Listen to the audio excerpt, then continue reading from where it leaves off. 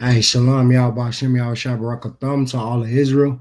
Shalom, Yahweh Shamar, Allah Ta'ala, Hashem, Yahweh Shah to the sisters. This is the ISUPK Las Vegas Wednesday law class. Once again, we start out at 1 West 125th Street in Harlem, New York, and we are under Commanding General Yohana. And this message and this broadcast is for blacks, the so-called blacks, Hispanics, and Native Indians that are scattered abroad across the globe or the four corners of the earth, man. And we out here preaching and teaching our brothers and sisters, you understand, to come back to these laws, statutes, and commandments and serve the Most High properly in its entirety so that the Lord can deliver us out of this hellhole of a place we call America. You understand? And it's important that we Salaki, let me shut a broadcast, but it's important that we take heed and take note and pay attention in these classes, because this is our warning that we're getting. This is us coming back into form that many of the apostles and followers of Christ wanted to see this day of us coming into this form to where we're serving the Most High properly, you know what I'm saying, in our captivity. So if you could share the broadcast, please, and thank you.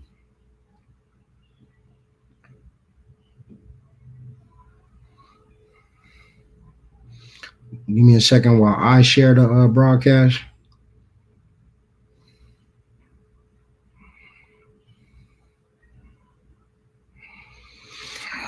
But yes, we are here to serve the Lord, man. We are in this captivity, serving out, our captivity righteously. You know what I'm saying? We're here to serve our Father in heaven.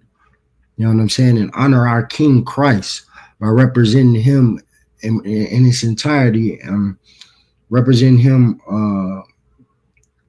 with good integrity. You understand? And as us as brothers and sisters in this truth, our integrity comes from this Bible. Our integrity comes from the law. And in the law, give me 1 second. And in the law is where we find our knowledge, where we find our, you know what I'm saying, our existence, where we find our culture. You understand? And these laws have existed since the beginning of time. See, the Christian church, they'll have you to believe that the laws are done away with. We're here to show you that you must still keep the law. And that is the only way that we will be delivered out of this hellhole that we call America, man, out of Babylon. Our ticket to salvation is in our obedience to the Most High. In order for you to be obedient, you must know what's right and what's wrong. It's just like a child.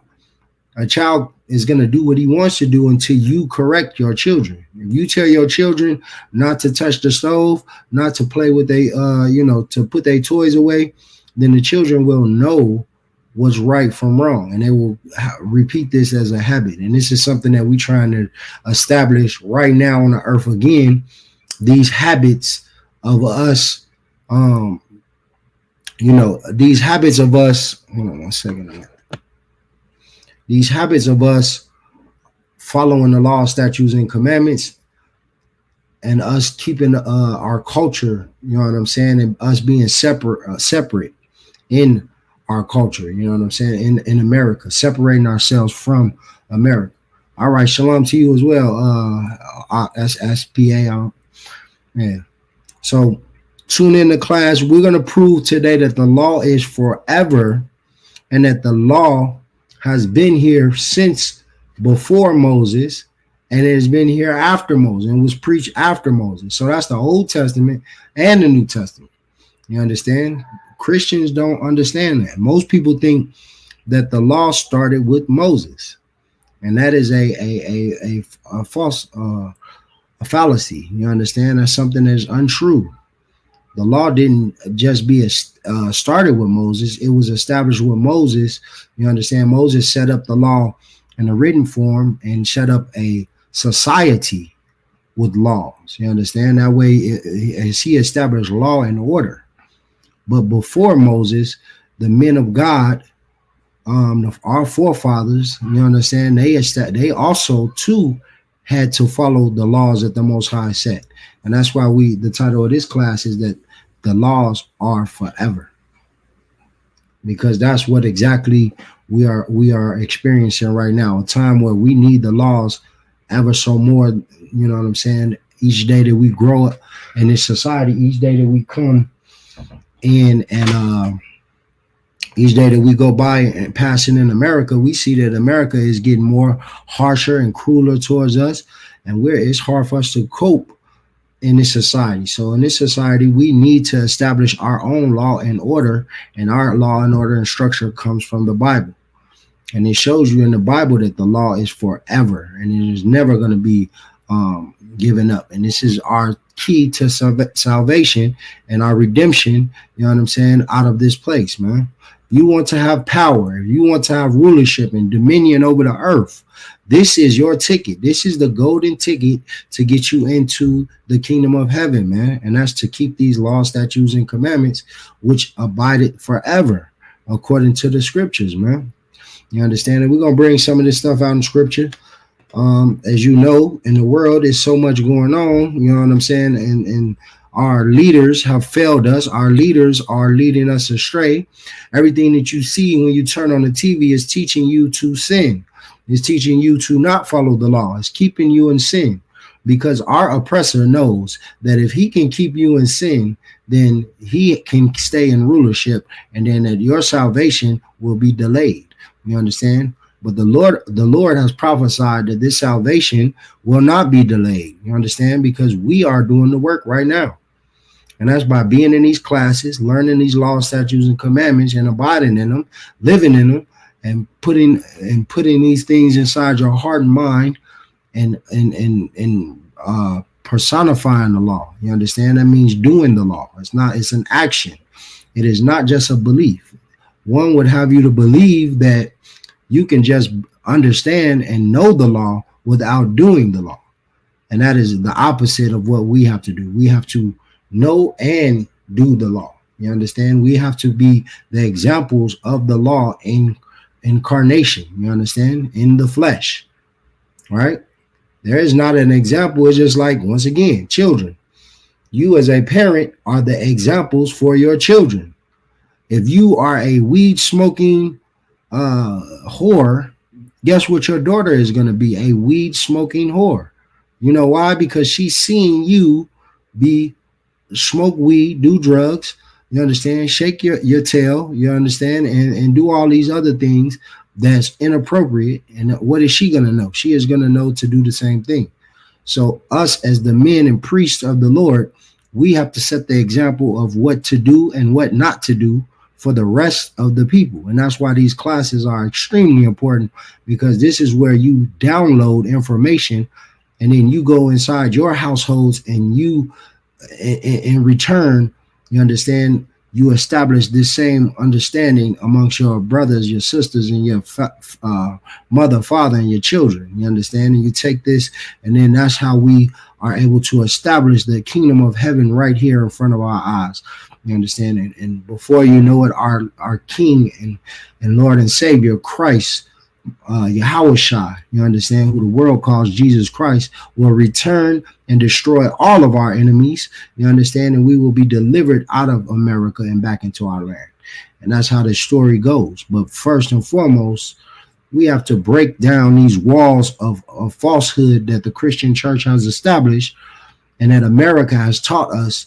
And that's by saying that the laws are done away with. We're just going to give you a brief recap in history today on the laws and how they existed pre-Moses and after Moses. You understand? In the Old Testament, New Testament, the laws have been here since Genesis, right? And how do we know that? Because the Bible is a book of definition. It defines itself. The Bible is a book of self-defining. You understand? It teaches you everything you know inside it. It is an endless oracle of knowledge and useful information for our people only. We are the only people that should be using this information, and we're the only people that understand why this information is important to us. Everyone else is just merely trying to they're merely trying to imitate, right? When you're trying to imitate something, that means it's artificial. You're not the real thing. We're not just trying to imitate. We are reliving these things, right? There's one thing to be imitation. Imitation is fake, right? We're not trying to be the imitation of something. We're trying to relive. That means we're trying to bring this thing right back. The status that we was in and when we were serving the Lord and honoring the Most High, we are trying to get back to that status. You understand? And that's what Christ wanted us to establish upon his departure. You understand? He wanted us to establish a culture of serving our Father, not only his Father, but our Father in heaven, honorably, integrably, you understand, and doing this thing forever throughout our generations. You understand? We have went astray from our culture, and now we are trying to use the scriptures in the Bible as a roadmap to becoming, to getting back to where we want to be, right? We're trying to have that roadmap back home. You understand? Back where we have our Father's protection, right? We're trying to regain and reestablish that protection. So let's just get a little, first off, what is a sin? Because the law is centered on the word sin, or the word sin is centered on the law. What is a sin? Most Christians do not know the answer to this. Most Christians will tell you a sin is something bad, which is a general, very general, broad statement. But we are here to establish truth and understanding in all things that we read and learn. So a sin, once again, we are going to look up in our Bible what a sin is, because the Bible is a book of definition. There is nothing in the Bible that doesn't get defined, that you can't define within the scriptures themselves, right? So let's look up. We're going to go to 1 John 3 and 4.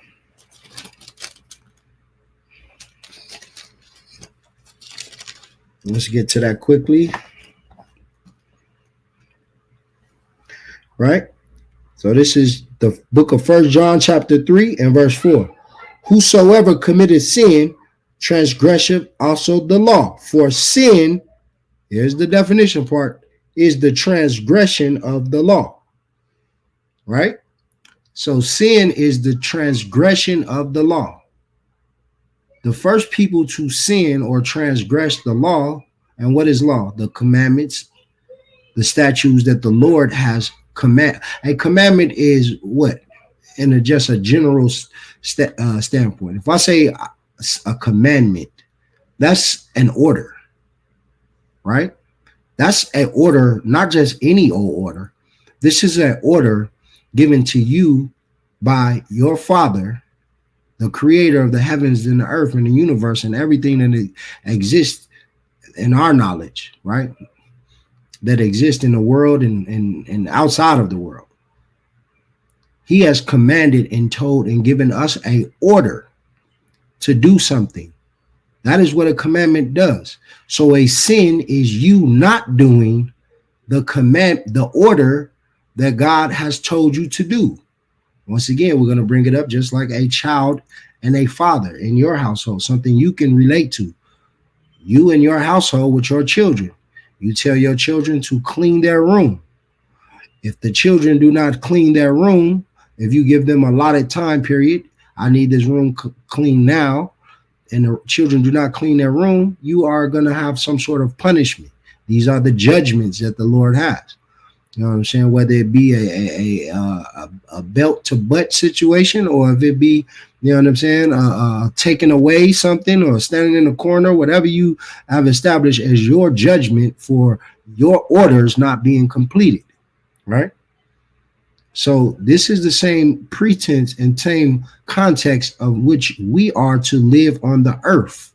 We are on the earth to live by the commandments, the orders of our Father who is in heaven. And where you find those orders, you find them in the Bible.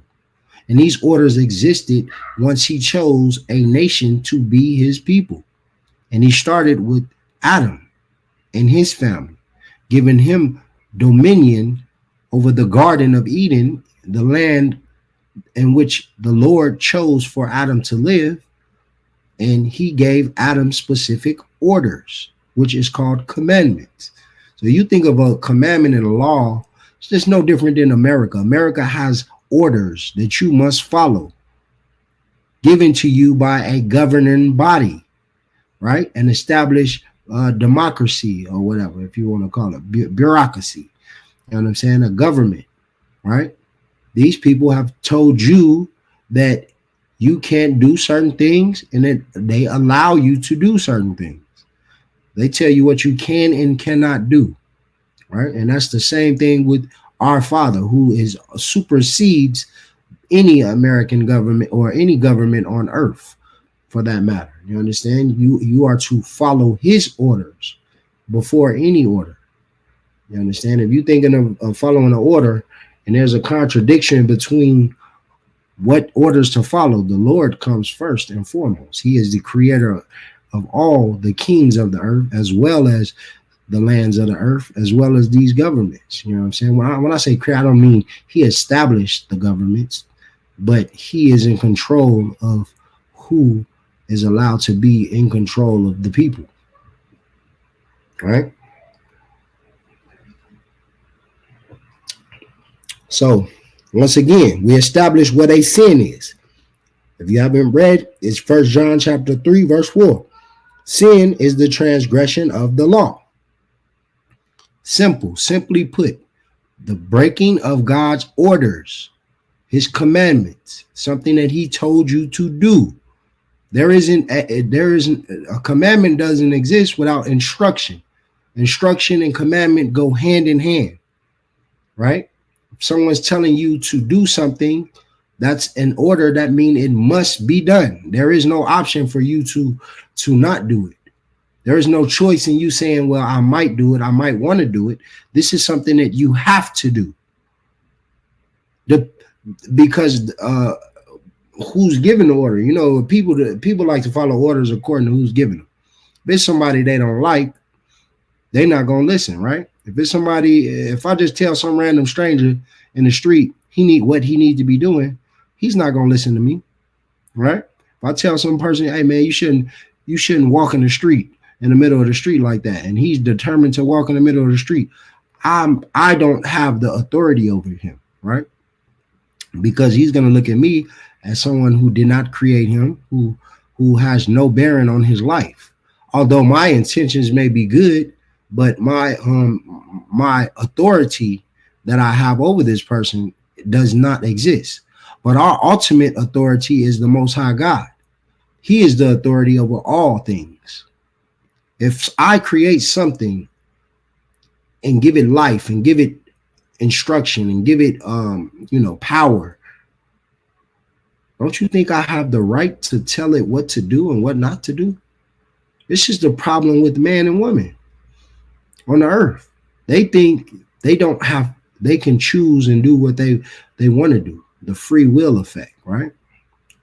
Yes, you have the option to be able to do things. However, the free will effect is a cliche, is a mirage, if I may, right? And I'm gonna show you how it's a mirage. Because if I give you orders to do something and tell you if you don't do this, you will die, or this will happen to you, or you will be judged accordingly, does that mean that you can just go out and do what you want to do? Or is that a stipulation, meaning that I'm telling you to do this under the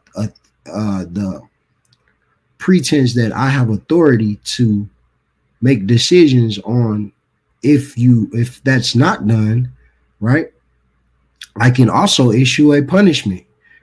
You understand? So there is no such thing as free will, because if you're going to be punished for you exercising or going against a order, then how is that free will?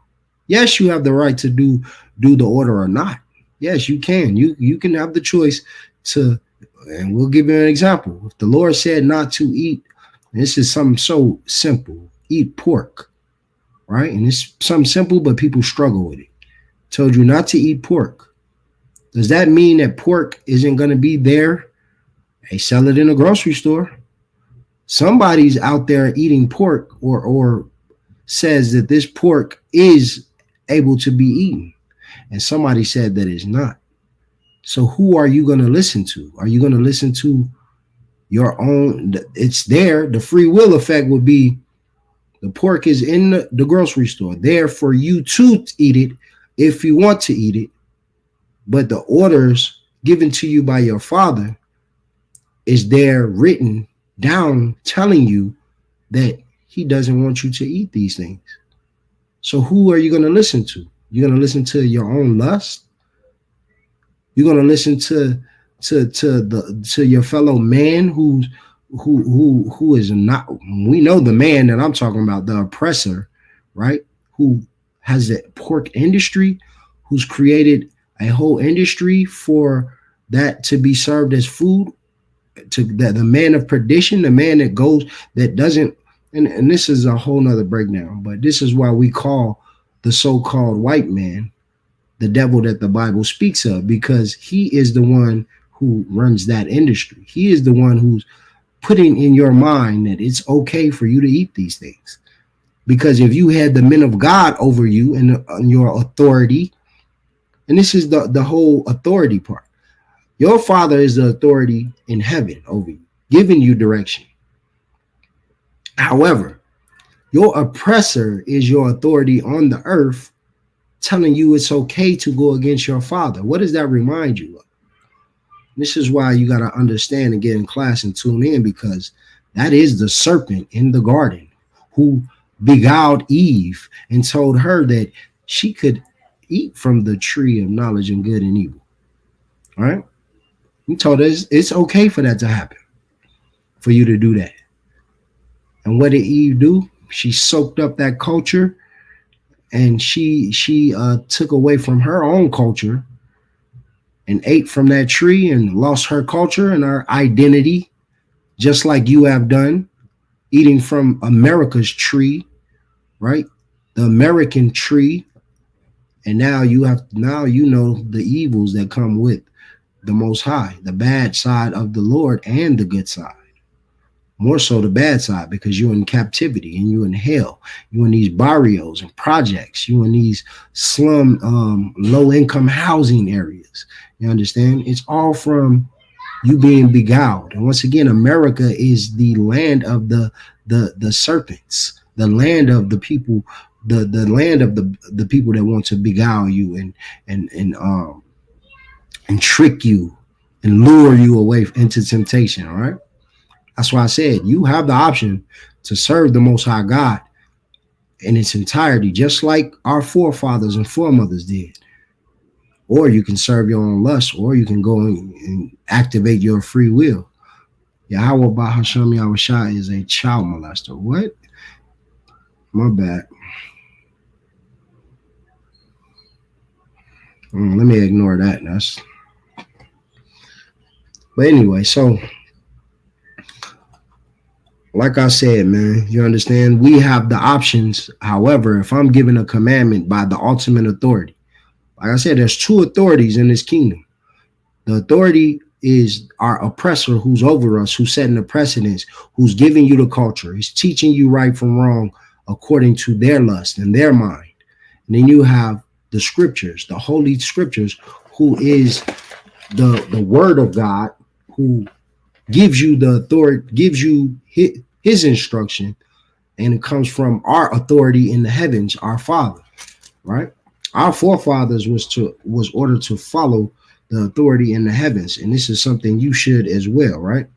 And we're going to start with the book of Baruch, chapter 4. This is in your Apocrypha, something that you Christians don't know about, and you don't pick up this book, but we are going to open up the book ourselves. So we're going to go to Baruch, chapter 4, verse 1. Give me 1 second while I get it. The book of Baruch, chapter 4, verse 1. This is the book of the commandments of God. This is exactly what the Bible is. You understand? The Bible, not in its entirety, but mostly centered around being the book of the commandments of God. This is what we find in the Bible, the books that show you his orders. Commandments are orders. Law meaning it's an absolute order. It must be followed. It is principle. When we say the law, it's like the law of gravity. What goes up must come down, right? That's the law of gravity. You cannot change the law of gravity. You understand? You can only go outside the existence of gravity, right? Only time the law of gravity is in effect is where there is no gravity.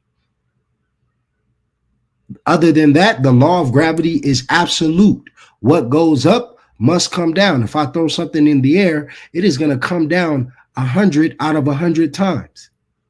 So when we say this is the commandments, the book of the law, and we tell you that the God's commandments is the law, that means that this is absolute and it must be followed. There is no ifs, ands, or buts. There is no pondering. There is no maybe I do, this ain't for me. I don't believe in that. Whether you believe or not, these laws have to be followed. It's not up to you to determine if you believe in it.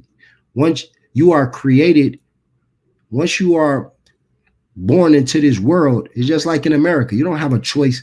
Once you're born in America, you must follow American laws. You cannot exist outside of American law unless you are not in America. Then you have to follow the law of wherever you are. So in this world, we cannot exist outside of God's law because we were born into a scenario where our forefathers and foremothers made a covenant with the Most High to be his people, and he was to be our God, and that we would follow the law forever. You understand? Back to the book of Baruch, chapter 4, verse 1. This is the book of the commandments of God and the law that endureth forever. The law that endureth forever. The law that's going to be here forever. From the beginning, forever is from the beginning to the end. So there is no end, right? Because there won't be an end for our kingdom and our rulership. So it will endure forever, right? Forever is a long time, isn't it, right? And all they that keep it shall come to life, but such as leave it shall die. This is the parameter of how the law works. So you wonder why your family members are dying, and you wonder why babies die. You wonder why your sweet grandmammy died. You wonder why your brother and your sister died. Your friends and family lose their life on a daily is because all that leave the law shall die. This is why we see death, because you are not keeping the law, statutes, and commandments in its absoluteness, right? You are not being integrable to the Most High and to our Lord and Savior, our King Christ, Yahushua. And that's why this book is so important, because it lets you know, it gives you the correction and the instruction and the invite and the advice on how to serve and live out in this world. Baruch just said that this law is the law that endureth forever, and those that leave it shall die. Is that not what's happening right now? You're celebrating Christmas, Thanksgiving, and all these pagan holidays and dying within the next month or two. You're eating all the pork that the American government will allow. You're putting bacon on everything. And aren't you dying in these hospitals of disease, cancer, right? They got a million different cancers that you're coming up with. You eat because you're eating what you want to eat. You're not following the laws. You're out here laying with any and everything, catching these sexual transmitted diseases, tearing up your wound as a woman, as a man, tearing up your prostate or whatever, comes with that, because you're not keeping the law. And like we said in the book of Baruch, this is the book of the commandments of God and the law that endureth forever. And all they that keep it shall come to life. Right? All they that, this is written by the Lord. This is absolute. You understand that? This is no if and just no maybe this is right. Maybe you interpret it. This ain't none of that. This is absoluteness. It's just like the law of gravity. What goes up must come down. You throw something in the air right now, it ain't getting stuck up there. It's going to come down. That is 100 times out of 100. 1,000,000 times out of 1,000,000. There ain't no breaking. There's no error in the law of gravity. And in this law, when the Lord has sent his priests and prophets to give you the words of God and give you the understanding, the oracles of life, he's telling you that the law endureth forever, and all they that keep it shall come to life. So if you're looking at your situation, then you want to make your situation a better situation. You want to get out of the troubles that's following you everywhere you go. You can't get right in your relationships. You can't get right with your family. You don't know how to treat people. You don't know how to talk to people. You don't know how to handle the problems that you're facing on the daily. Then maybe you should keep these laws so that you can come to life. Maybe you should be around brothers and sisters who are keeping the law so they can show you, just like a good parent would show a child, how to live and give them the proper instruction and guidance on how to survive, right? But such as leave it shall die. This is a warning to you. You leave the laws and you shall die. This is simple, ladies and gentlemen, brothers and sisters. This is not rocket science. The law of gravity is much more difficult to understand than this. There's places where gravity don't exist. You go swim in the ocean, you gonna float all the way to the top of that water. You're gonna float in that water. You're going out of space. Gravity don't exist. But right here on Earth, on land, these things exist, man. And that's the same as this law, right? So we're gonna drop that. We established what sin is, the transgression, the breaking of the law. We're going to just show you a couple things. We're going to show you a couple scriptures, right, that substantiates that the law is forever. We'll go to the book of Psalms 119 and 60. Let's get the book of Psalms, man, and read the important things that the Lord has established for us. All right, it says Psalms 119. In a second. All right. And 160.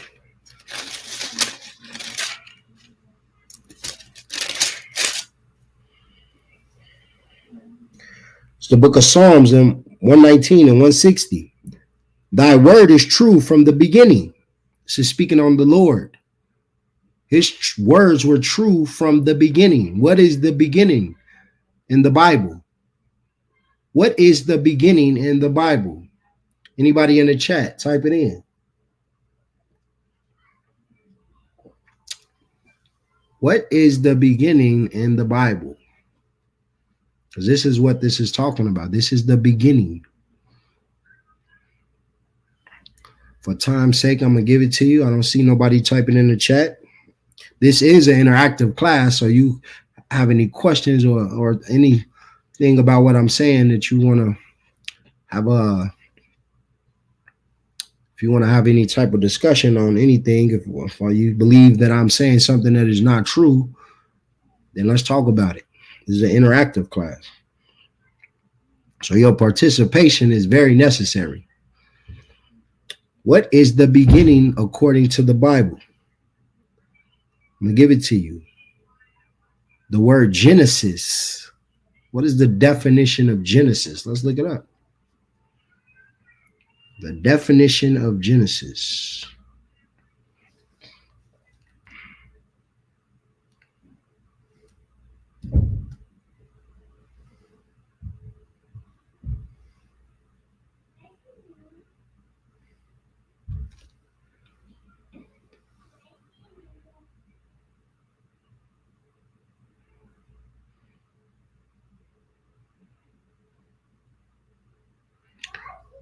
Genesis means an origin, creation, or beginning. So when we read this, thy word is true from the beginning, is speaking, thy word is true since from Genesis, the beginning, the creation of mankind, the creation of the world, the universe, the stars, the heavens, the earth. The Lord's words were true, right? And every one of thy righteous judgments endureth forever. Thy righteous judgments endureth forever. You can't have judgment without law and order, without commandment. These judgments endureth forever because these judgments are centered upon your cooperation and your understanding and participation in keeping the law, statutes, and commandments. Because there's a judgment for you not keeping the law, statutes, and commandments. There is a penalty that comes with you. We read it in Baruch. You step outside this scope of the law, statutes, and commandments, then you're dying, and we're seeing it. That's why we're here to save our brothers and sisters, man. The so-called blacks, Hispanics, and Native Americans who make up the 12 tribes of Israel, who are the chosen people of the Most High God, the only people that the Lord has chosen to live and endure and given judgment and law to. These laws are only for the children of Israel. And we're going to show you that. We're also going to go to Psalms 119 and 1. 1 second.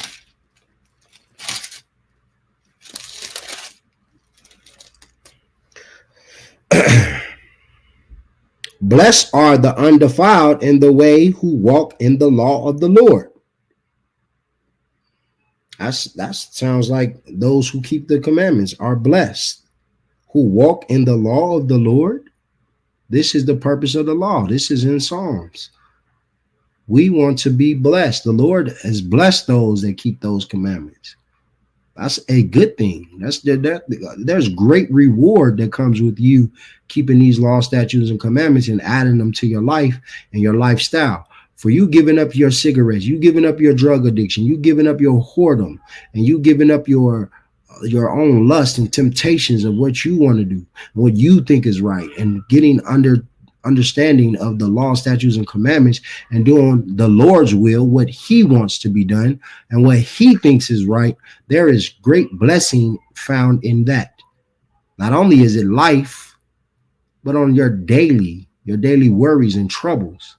No more do you have to trouble yourself with Christmas time and worrying about pleasing your family based on gifts and spending money and going broke for the Christmas. And no more do you have to worry about committing a New Year's resolution and did you keep up with your resolution. No more do you have to worry about certain diseases that's caused through eating the unclean animals of the earth, putting that in your body. There's great reward that comes with this obedience to the Most High, man. It is a whole new life you are given. And all that you've done in the past is forgiven according to the scriptures. We're going to drop that and go to verse 44. So shall I keep the law continually forever and ever. This is why we keep the laws forever, so we can be blessed forever. This is not, excuse me, in the book of Psalms, they didn't say that they're going to keep the laws until Christ came.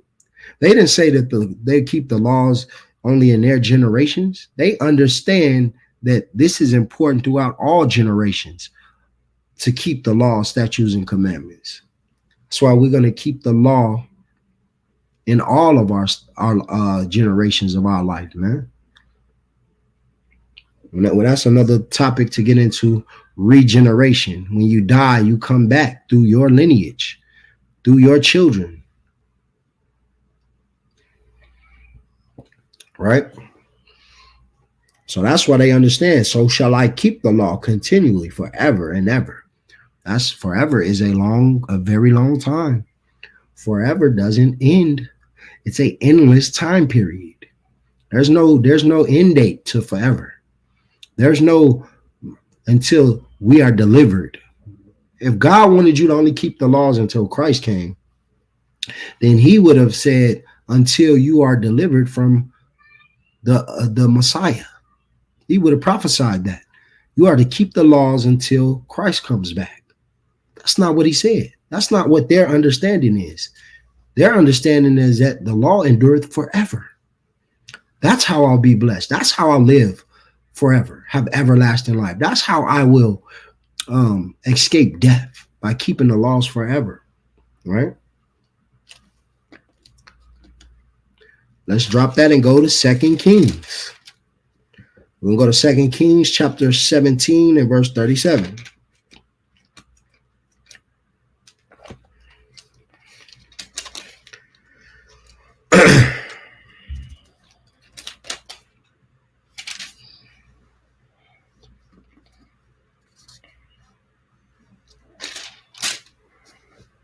This is the book of 2 Kings, chapter 17, verse 37. It says, and the statutes and ordinance and the law and the commandments which he wrote for you, ye shall observe to do forevermore. What is that talking about? The statutes and the ordinances and the law and the commandment which he wrote for you, ye shall observe to do forevermore. Not until you get into 2024 or into this generation, the new millennium, the 19th century, whatever, 20th century, my bad, do you have to not keep the commandments. It's everything that we're reading is talking about forevermore. The law is forever, forevermore. You have to do these things forever, right? This is not something that you have an option to do. This is something that must, and is absolute in its entirety, must be done. And it's not something that is negotiable, because if you leave the commandments, then death is sure to follow you. That's when you die. And our goal is to live. We want to live. We have families to raise. We have people that love us. We have a duty to do on this earth to be integrable people, not for as an American citizen, but as an Israelite, as a chosen person, man or woman or child of the Most High, and represent the Most High, our God, in truth and absoluteness. And he's given us the secrets on how to do it, and that's through the law. Right? So let's get into a little bit of history with the law, because Christianity will have you believe that Moses not only established the law, but the law didn't come until Moses. Right? This is something that is a fallacy that they teach that is historically wrong, because the law existed with Adam. Adam was given dominion over the Garden of Eden and commanded. The first commandment that was given to Adam was to not eat from the tree of knowledge and good and evil. What does that mean? Well, it's a separate breakdown, but for time's sake, I'll give you what the actual tree of knowledge and good and evil is. And that's the nations that will cause you to err against the Most High, and you will understand his bad side. You will see his judgments. You understand? His judgments existed in the garden with Adam. Adam transgressed, he sinned because he was commanded by the Lord to not take on the culture. And that's what's eating from the tree of knowledge and good and evil, is putting on another culture, something that we have done in this American culture. Every time you have a woman go out in boyish and booty shorts with her butt cheeks out. Every time you have a man out sagging his pants with his butt crack showing. Or some man living an alternative lifestyle, or some woman living an alternative lifestyle. Or you going to that fish place and ordering you some catfish and shrimp. You going to that seafood boil and getting that crab and soft shell crab and all the different type of variations of crab, abominations that the Lord don't want you to eat, along with that pork sausage you put in there, right? With you marrying a woman from another nation, your love as a man for that so-called white woman, that Asian woman, that African woman, that Arab woman, and vice versa for the sisters, for that white man, Asian, African, and Arab. These are the things that the Lord ordered us not to do. And this is why the commandments are important. You understand? It's because without his instruction, you're going to go do those things. You're going to go marry that white man and that white woman and make babies. And you'll be, and the Lord will have to destroy your lineage because you've brought in a unclean, unpure, tampered with bloodline into your royal lineage, because you are royalty. You are the only royalty on the earth. These other nations are playing royalty. They're imitating royalty. It's imitation. It's fake. It's not real. You so-called blacks, Hispanics, and natives are royalty on the earth, the only royalty. All right, let's get that. Let's drop that and get into some history. So there's a notion that the law, statutes, and commandments didn't exist prior to Moses. So let's get into Genesis. We're going to go to Genesis, the 4th chapter. And we're going to start with Adam's lineage, because Adam was the first man given commandments on earth. And we're going to prove that. And we're going to dispel some things that people don't, some things that people don't understand about the Bible and these scriptures. So this is the book of Genesis, chapter 4, and we're going to go start at verse 3. Actually, you know what? We'll start at verse 1 so we can get the context of this, right? And Adam knew Eve, his wife.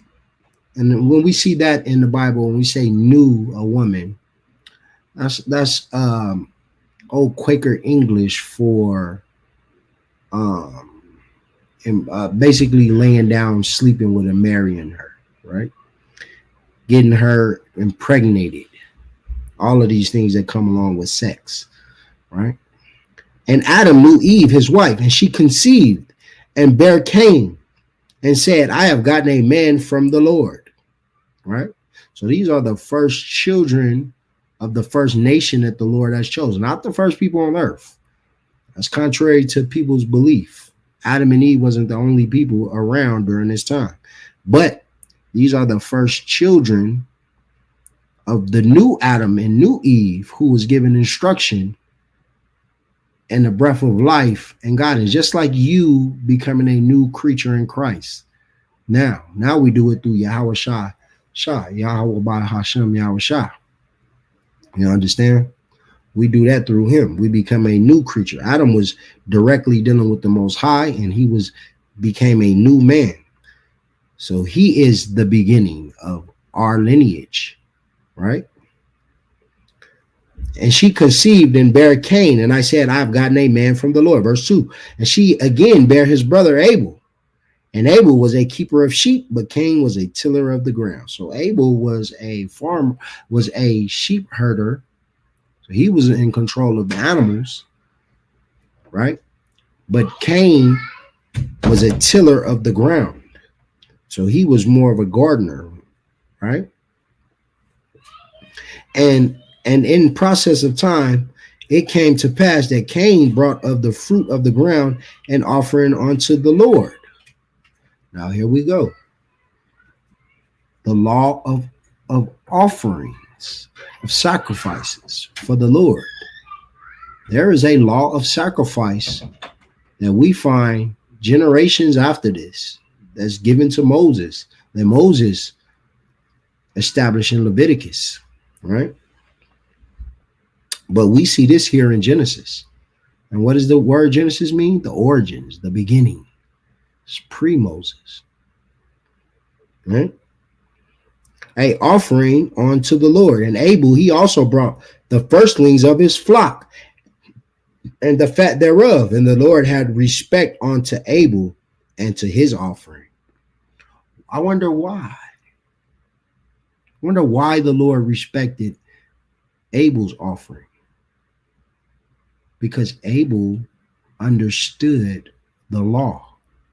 Abel was given the law. We know it, even though it doesn't directly say this in the scripture, but this is when we can apply knowledge, right? This is implied detail. This is context of the Bible. And this is what you don't have if you're not in this truth. If you're not in the right spirit, you don't understand these scriptures. You're not able to imply this logic of how was Cain, why did Cain bring the firstlings of his flock and the fat thereof? We're going to just hold it right here and go to that law. We're going to go to Leviticus 1:1. All right. Let's go to the book of the law. This is the law that Moses established, right? This is the book of Leviticus, chapter 1, verse 1. And the Lord called unto Moses, and he spake unto him out of the tabernacle of the congregation, saying, speak unto the children of Israel. Speak unto everyone. No, this is not for everyone. This was not given to everyone then, and it's not given to everyone during this time period. Just like it's not given to everyone now. The law, statutes, and commandments is only for blacks, Hispanics, and natives. We're the only one that knows these oracles and understand these oracles and should be executing these oracles of God, these statutes and commandments, following these instructions, right? Because we are the children of Israel that the Bible's speaking of. We are the further generation. We are the seed of those people. We are the offspring. Those are our foremothers and forefathers. Speak unto the children of Israel, and say unto them, if any man you bring an offering unto the Lord, ye shall bring your offerings of the cattle, even of the herd and of the flock. Verse 3, and in his offering be a burnt sacrifice of the herd. Let him offer a male without blemish. He shall offer it of his own voluntary will at the door of the tabernacle of the Lord. At the door of the tabernacle of the congregation before the Lord. Right? What are we reading right now? And Abel also brought the firstlings of his flock and the fat thereof. The fat thereof meaning it's a unblemished. It's the fat. It's the good animal. It's the fat animal. It's the animal that you would like to keep for yourself, that you could feed, and that lamb, and you're gonna cook lamb for months. You're gonna be eating lamb for weeks off that fat lamb. It's nice and healthy and beautiful, man. I could just taste that lamb that Abel bought. So I'm so like it. Maybe I'm just hungry.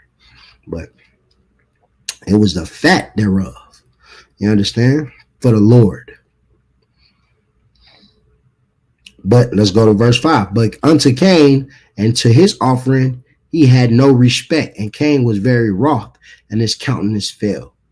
Once again, it's not about, we're not getting into the story to go into the story between how Cain and Abel were one pleased the Lord and one didn't. This story is to show you how Abel knew to bring.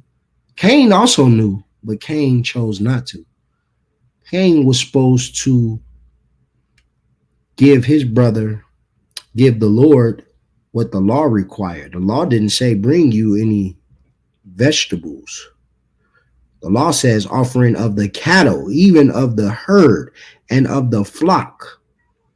He could have bought a bird, a dove. You understand? Let's. Where else is the law of sacrifice? Let me see. Yeah, he could have brought. He could have brought. You understand, anything other than what he brought. That's because Cain had the animals. You know what I'm saying? Cain knew to be a to understand to be bring the fatness of his salaki of his offering, right? Let me get back to Genesis where we were reading. In 1 second.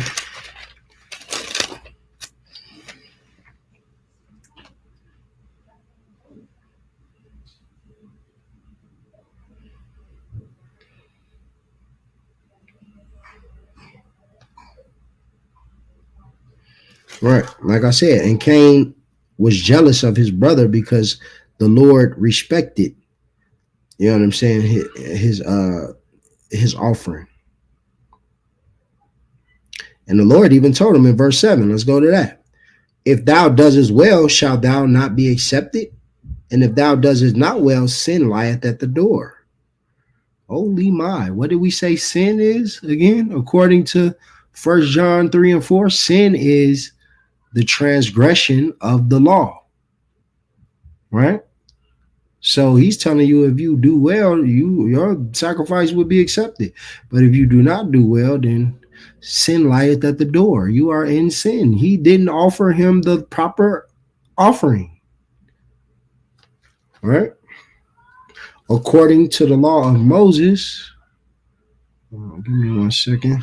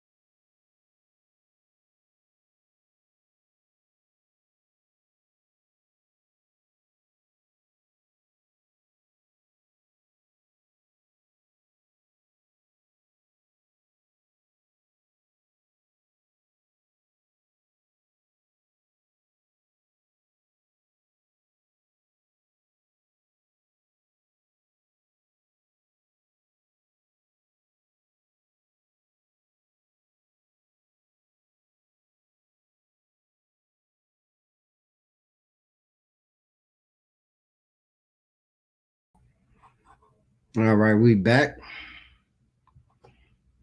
Let's give it a second. My bad for that.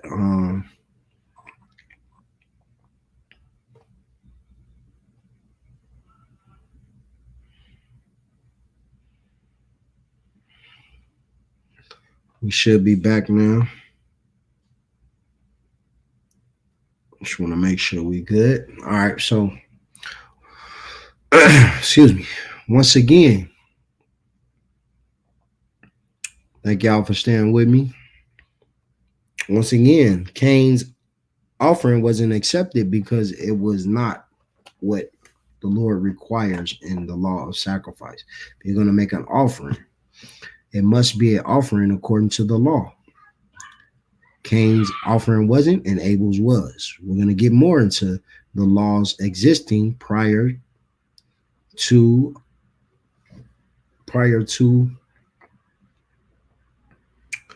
Moses. We're going to stay in Genesis and go into the 9th chapter and verse 11.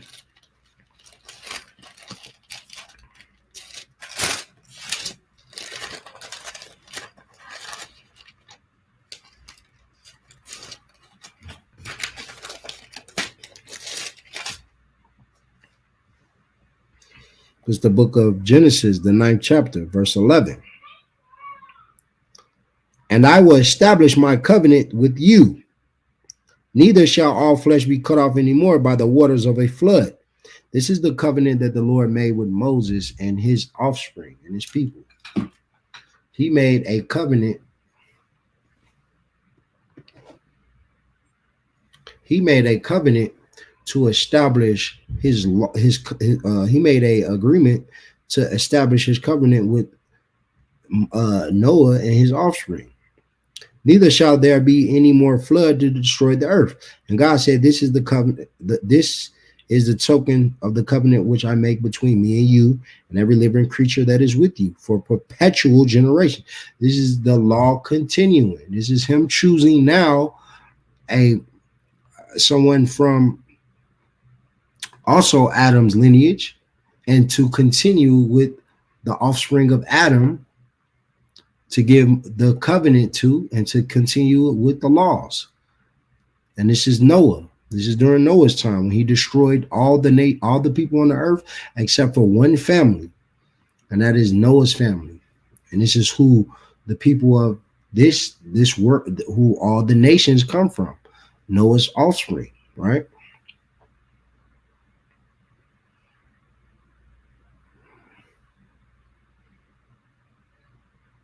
And it talks about he set the bow in the cloud as a token of the covenant between me and the earth.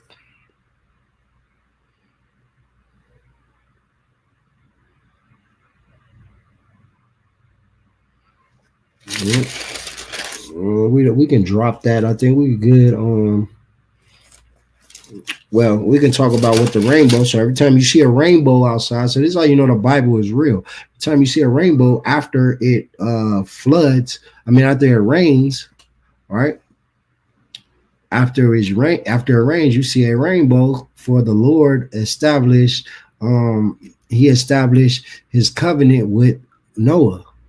You know what I'm saying? He established that covenant that showed that the Lord was gonna, keep his promise that he made with Noah. We can read it right here. It says, although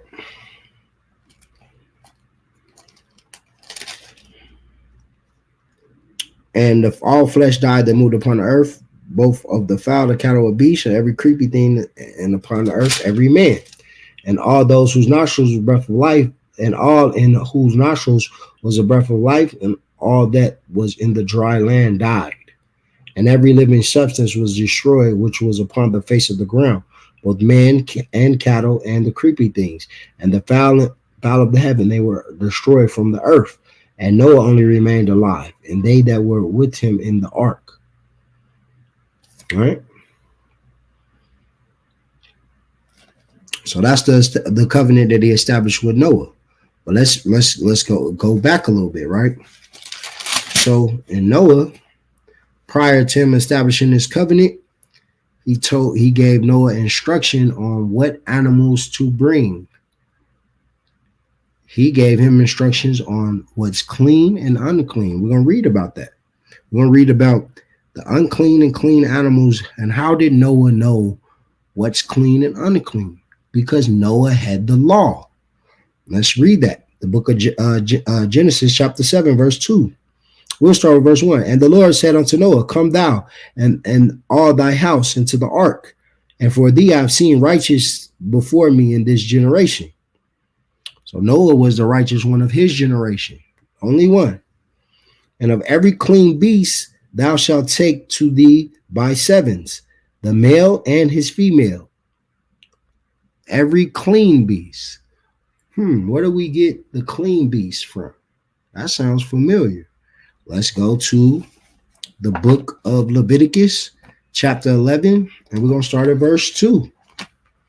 This is the law of Moses. This is showing you the similarities between the unclean beast in Moses and the unclean beast of what the Lord commanded, right? And the Lord spake unto Moses and to Aaron, saying unto them, this is the book of Leviticus, chapter 11, verse 1. And the Lord spake unto Moses and to Aaron, saying unto them, speak unto the children of Israel, saying, these are the beasts which ye shall eat among all the earth. The beasts that are on the earth, whatso pertaining to the hoof or cloven and cheweth the cud among the beasts, ye shall eat. Nevertheless, these ye shall not eat, them that chew the cud or them that divide the hoof, as the camel, because it cheweth the cud, but denieth not the hoof. He is unclean unto you. And the coney, because he chewed the cud, but not denied the hoof. He is unclean unto you. So we're seeing a similarity. And of every clean beast thou shalt take thee by seven, the male and his female. And of every beast that are not clean by two, the male and his female. Do you understand that? Every beast that is clean and every beast that is unclean. So there's a difference between an animal that's clean unto us and an animal that's unclean established in the day of Noah in his generation. How does Noah know this? If the law didn't exist prior to Moses. Because the same law of Moses telling you what animals are unclean and what animals are clean is the same law that the Most High. When he says unclean, he's saying that's good for you to eat. If it's unclean to you, it's not an animal you can eat. So for you bacon lovers, pork is unclean. For you shrimp lovers, shrimp is unclean. For you crab lovers, crab is unclean. Lobster, all of the oysters, they're unclean to you. Moses knew this, and also did Noah. Noah knew this. These animals are considered unclean.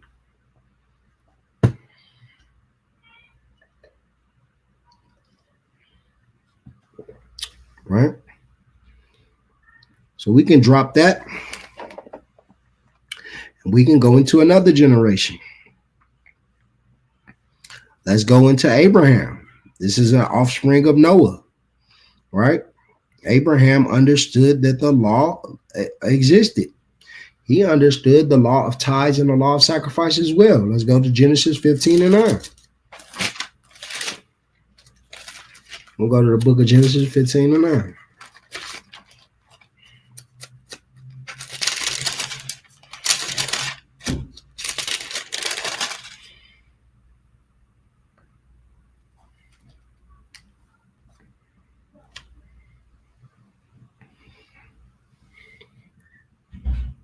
This is the book of Genesis, chapter 15 and verse 9. He said unto him,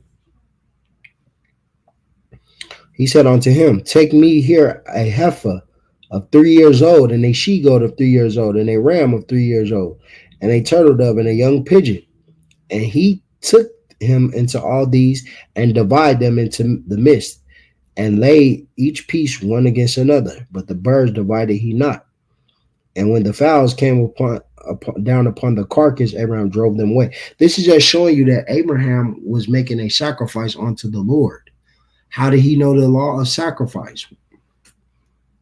If the laws existed only with Moses, it shows you that the law was not only established prior to Moses, but there was men that the Lord made covenants with because they kept the law.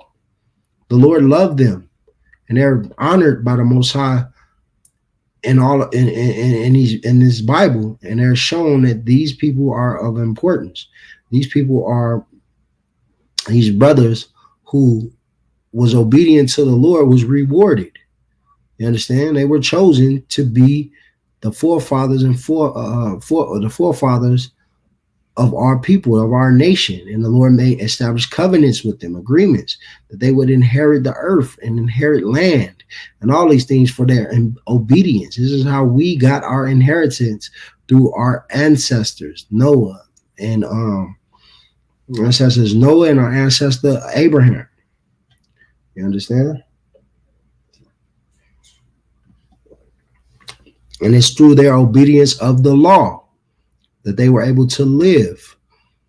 Noah only was able to live because he was obedient to the Lord and followed his commandments and understood that the Lord telling him to do these things is a big deal. This is what life is about. Your obedience to the Most High, your completion and following of the law, statutes, and commandments. And these existed prior to Moses. Right? We also going to show you that tithes existed, right? There's also a commandment, right? We're going to go into Genesis 14. Genesis 14 and 18. It's the book of Genesis, chapter 14, verse 18. Hold on, we'll start in verse 17. And the king of Sodom went out to meet him after his return from his slaughter of the the Chedorlaomer,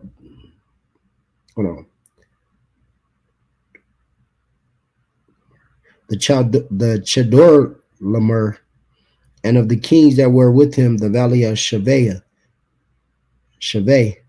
which is the king's dale. Verse 17, verse 18. And Melchizedek, the king of Salem, brought forth bread and wine, and he was the priest of the Most High God. Right? This is showing you that the priesthood existed before the Levites. Right? Because in the book of Leviticus, the Levites are the priests, but there was a priesthood prior to the Levites. Right? And he blessed him and said, "Blessed be Abraham of the Most High God, possessor of the heaven and earth. And blessed be the most," in verse 20, "blessed be the Most High God, which have delivered thy enemies into thy hand." And he gave him tithes of all.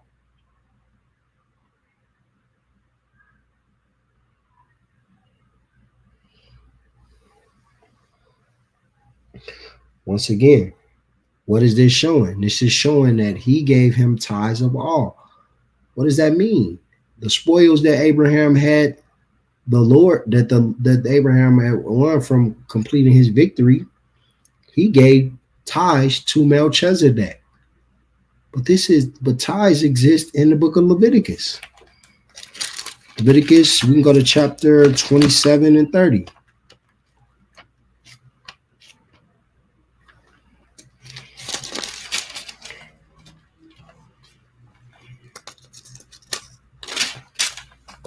Right?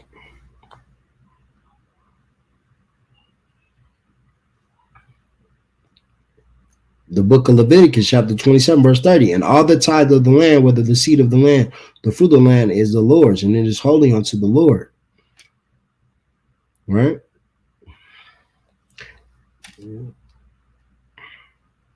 And we're going to drop down to verse 32. And concerning the tithe of the herd of the flock, even of whatsoever passes under the rod, the tenth shall be holy unto the Lord. So giving a tenth, tithe just means tenth.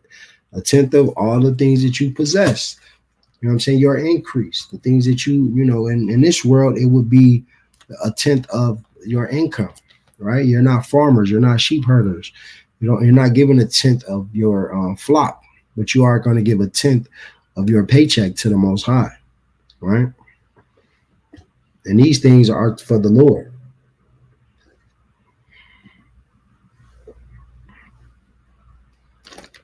Also, we can go to the book of Deuteronomy, where it also talks about giving a tenth, right?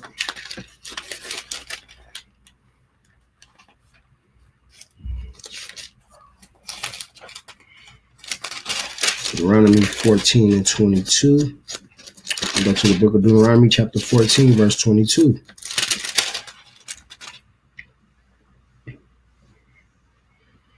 Thou shalt truly tithe all the increase of thy seed, that the field bringeth forth by year. You understand? Once again, bring it that tithe. It's telling you that you should tithe, but also, how did Abraham know to pay tithes? Right? Because tithes existed prior to the law of Moses. Now we're going to go into the New Testament to show you that the law was not only not destroyed, but we are supposed to fulfill the law according to Christ, right? We're going to start with Matthew 23 and 23. Let's start with what Christ said. Matthew 5 and 17. This is a bedrock scripture, because this is in red, and this is to show you, he said it plain as day, that he is not here to destroy the law. It says, think not that I come to destroy the law or the prophets. I am not come to destroy, but to fulfill. Meaning he's going to show you how to do the law. He's to fulfill. You're fulfilling the law. That means you're doing the law, right? If I have a duty that's fulfilled, right, that means I did the duty, right? If I have something fulfilled, that means it's something that was done. So Christ didn't come to do away with the law. He came to fulfill the law, right? Verse 18, for verily I say unto you, till heaven and earth pass, one jot or one tittle shall in no wise pass from the law, till all be fulfilled. Right? There ain't not one jot, not one tittle. There's nothing changing in the law until all be fulfilled. And that law endureth forever, like we read before. It's going to endure forever and forever. Right? We're going to break down. We're going to show you Christ also kept the Feast of Dedication, which we can find in Leviticus. Right? Then we got to keep this feast.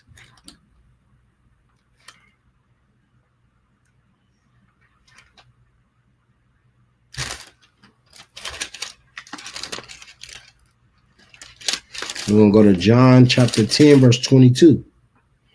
It's the book of John, chapter 10, verse 22. And it was at Jerusalem, the Feast of Dedication. And it was winter, and Jesus walked into the temple in Solomon's porch.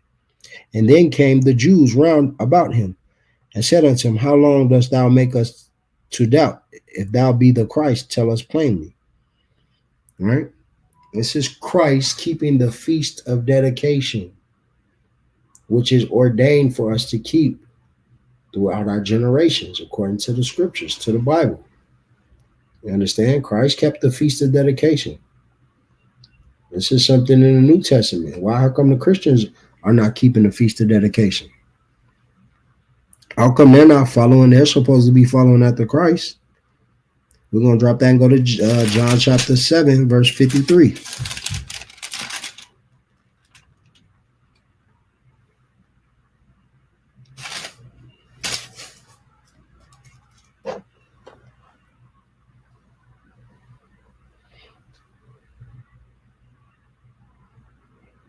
Actually, let's go to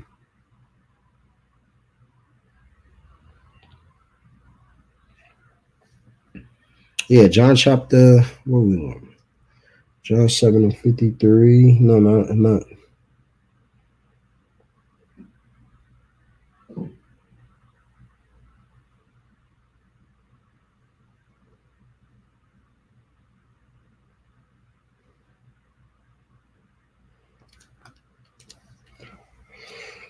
We can go to John. We can start with John 7 and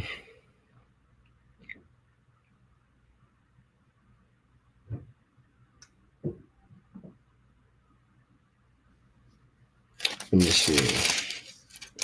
We could go to where they talk about Christ, them trying to take Christ But let's go to John. We're gonna drop that and go to John 8 and 11, where Christ said to the woman. We'll start at verse. We'll start in verse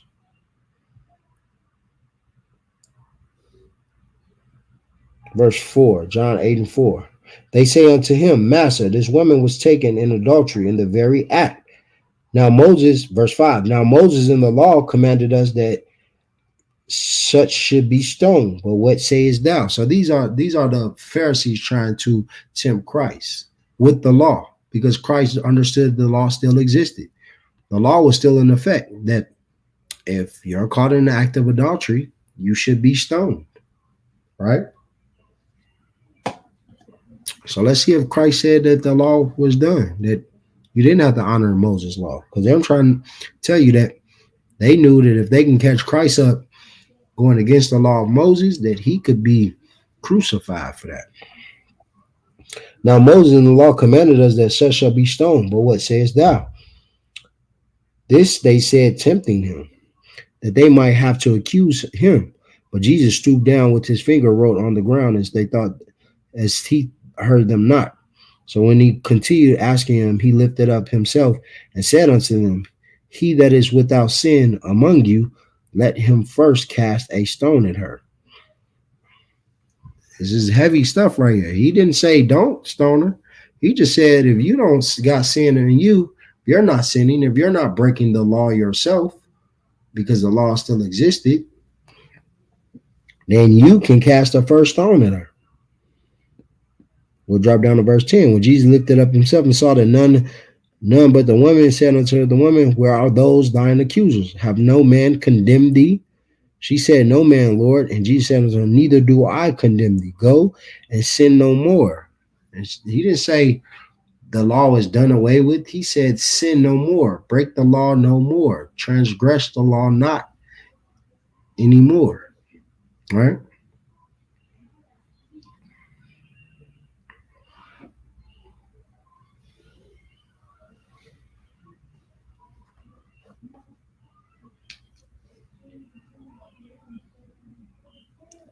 If you don't know who this is, JC, this is a priest of God, man. We and you are in a class where we teaching the scriptures, man. Go watch this class from the beginning and get some context on why you need to be in class if you are a so-called Black, Hispanic, or Native American Indian. If you're not one of those three things, you understand? And you're not one of the 12 tribes, then you can go get the hell on. You understand? You ain't got to be in this class. We ain't asking you to be here. All right? But if you are, then go ahead and tune in. Let's get it. Once again, I'm showing you that Christ and the laws were established and continued in the New Testament. There is no drop off from the Old Testament to the New Testament and the keeping of the law. The law must be kept no matter what. All right. Let's get to Paul. Paul also taught to keep the law. All right. Let's get it. Romans 3, and we're going to go to 28. We're going to go to Romans 3 and 28.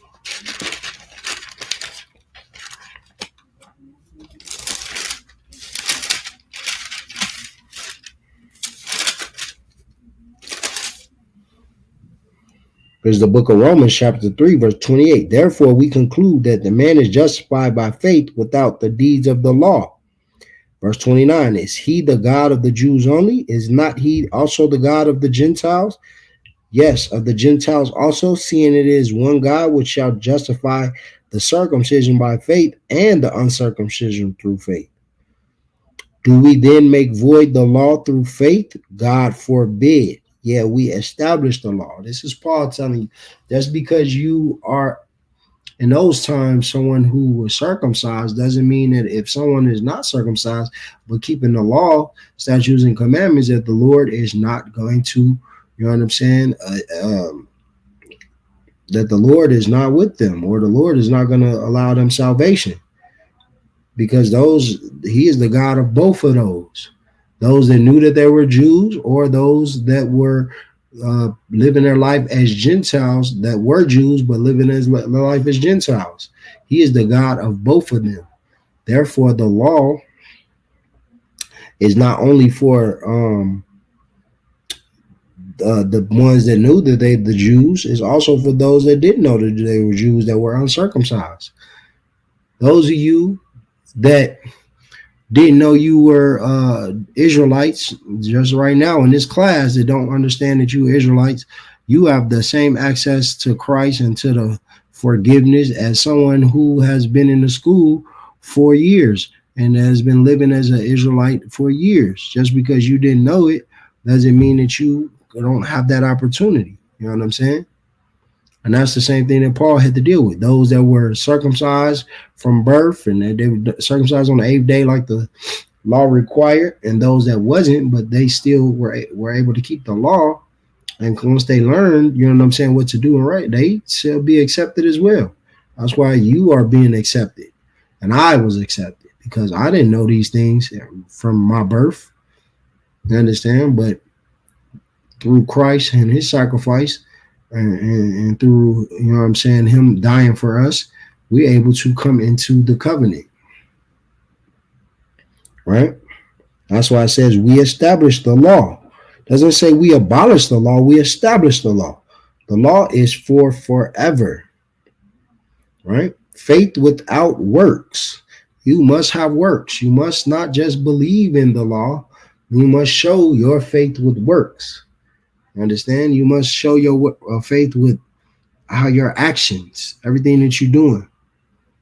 Because faith without works is dead, according to the book of James. All right? Go to Romans 7:7.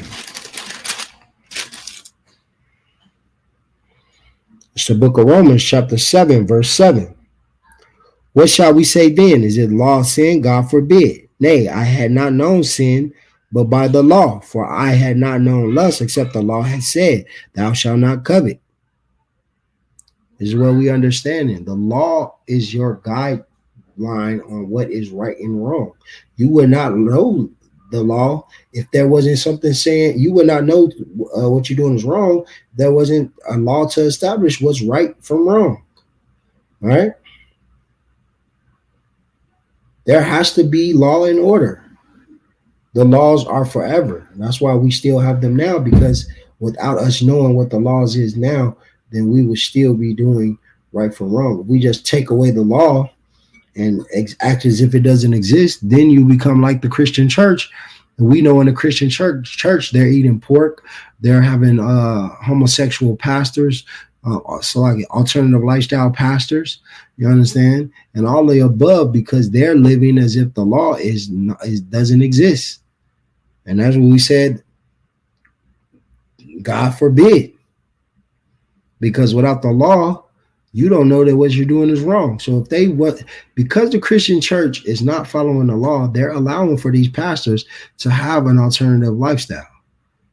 And that's slowly being brought to the forefront. Before they would do it behind the scenes. Now it's being brought to the forefront. They're putting it on social media. They're just brandishing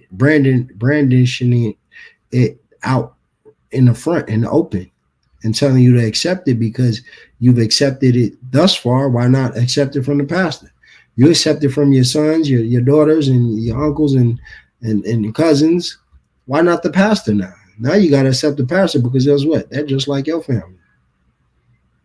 But if you have the law, you're able to see that what the pastor, what your family has been doing is wrong. Anyone that's living that lifestyle is living, a horrible lifestyle, is living a sinful lifestyle according to the scriptures, are living in sin. You understand? So what you living in sin, therefore you understand this is the reason why people are dying in the streets, because we are living a sinful lifestyle. We're living in sin and transgression of law. And like we said in Baruch, those who go away from the commandments, they shall die. And those that find the commandments shall live. Right? We can keep going. Wherefore the law, where was we at? We in Romans. So this is heavy, what Paul is breaking down. We're gonna read it again. What shall we say then? Is the law sin? God forbid. No, the law ain't sin. It's not bad, right? The law is not sin. God forbid. Nay, I had not known sin, but by the law. What we just brought out. These Christian pastors are trying to change the law by you saying that the law don't exist. Now you don't know sin. Now you think sin is just what makes you feel bad. So if you feel like sleeping with man makes you feel good, then to you that's not a sin, right? Because you don't know the law. If you take away the laws, statutes, and commandments, then you don't have the structure, right? The structure and the infrastructure is gone. For I had not known lust except the law had said, but thou shalt not covet. But sin, taking occasion by the commandment, wrote in me all manner of concupiscence. For without the law, sin was dead. Right? What does that mean? For without the law, sin was dead. For I was alive without the law once, but when the commandment came, sin revived, and I died. What does that mean? Christians will have you believe that the law is bad, that without the law, you living in sin. I mean, with the laws, you living in sin, but this is not what it's talking about.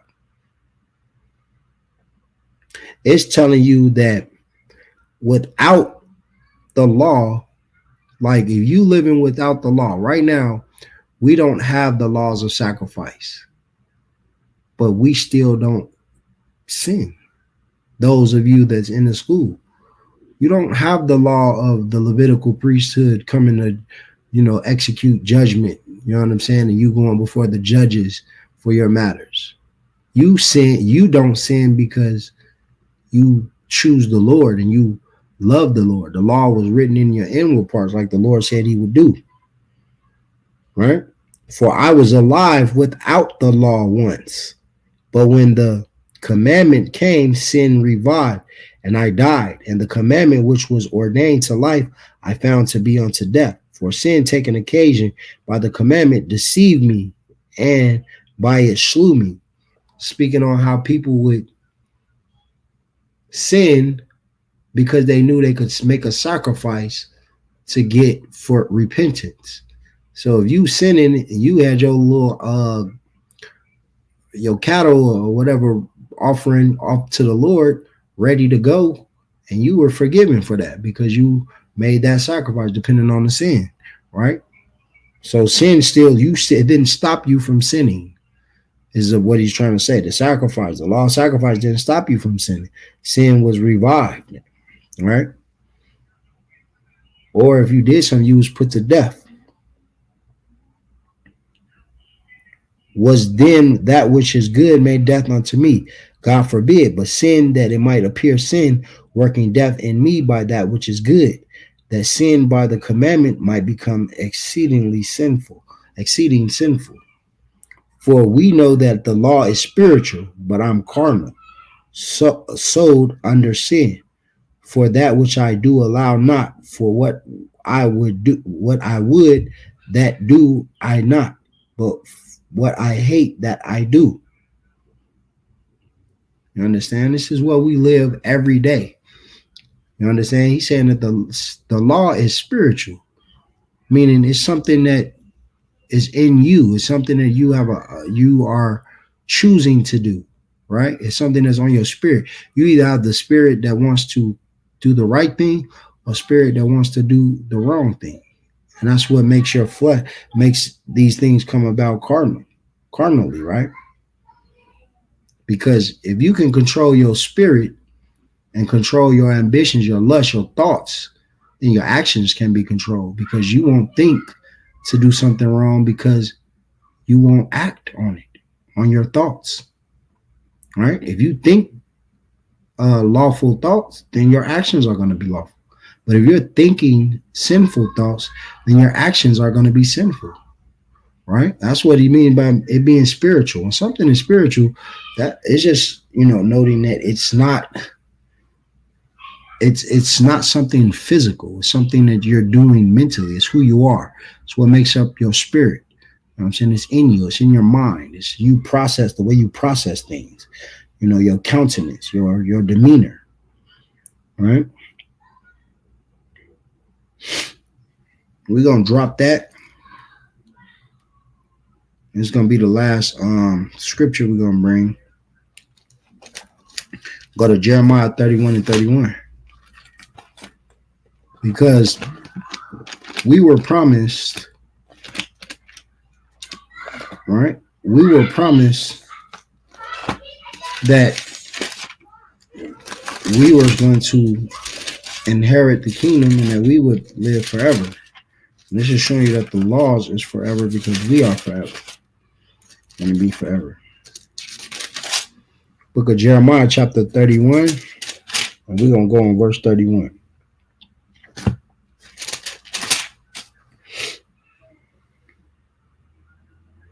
Behold, the days come, saith the Lord, that I will make a new covenant with the house of Israel and with the house of Judah, not according to the covenant I made with their fathers in the day that I took them by hand to bring them out of the land of Egypt, which my covenant they break, although I was a husband unto them, saith the Lord. But this shall be the covenant that I will make with the house of Israel after those days, saith the Lord. I will put my law in their inward parts and write it in their hearts, and will be their God, and they shall be my people. Now, this is the time that we are in right now. We are under this covenant right now, where the law is in our inward parts, meaning it's in our mind, it's spiritual, is what Paul was just talking about. The law being spiritual, because the first covenant, we had the law physical, it's carnal. You did things, you made a physical sacrifice. Now, your sacrifice is not doing these things in the first place. Your sacrifice is knowing that the Lord has a promise for you and that the kingdom is near and that you are choosing to not sin. You are choosing to walk away from pork, shrimp, crab, lobster. You are choosing to walk away from having sex with other nations. You are choosing to walk away from celebrating Christmas because your love for the Lord. He made us this way in this generation of where we don't have that temptation of that sacrificial lamb. Christ was that sacrificial lamb. So we're not farmers or sheep herders where we're gonna offer up a lamb or a dove or something for our sins. What we're doing is we're putting our life on the line by not sinning. You understand? We're not by not sinning, but we understand that sin could cost us our life. So by us not sinning, we are trying to prolong our life, right? We understanding that the Lord's commandments are put in our hearts, right? He's putting us in our hearts and our minds for us to keep these laws, statutes, and commandments, for us to continue out and do throughout the generations of our life and teach our children to honor him without that pressure of the Levites coming, you understand, to judge over you, knowing that our King made the ultimate sacrifice.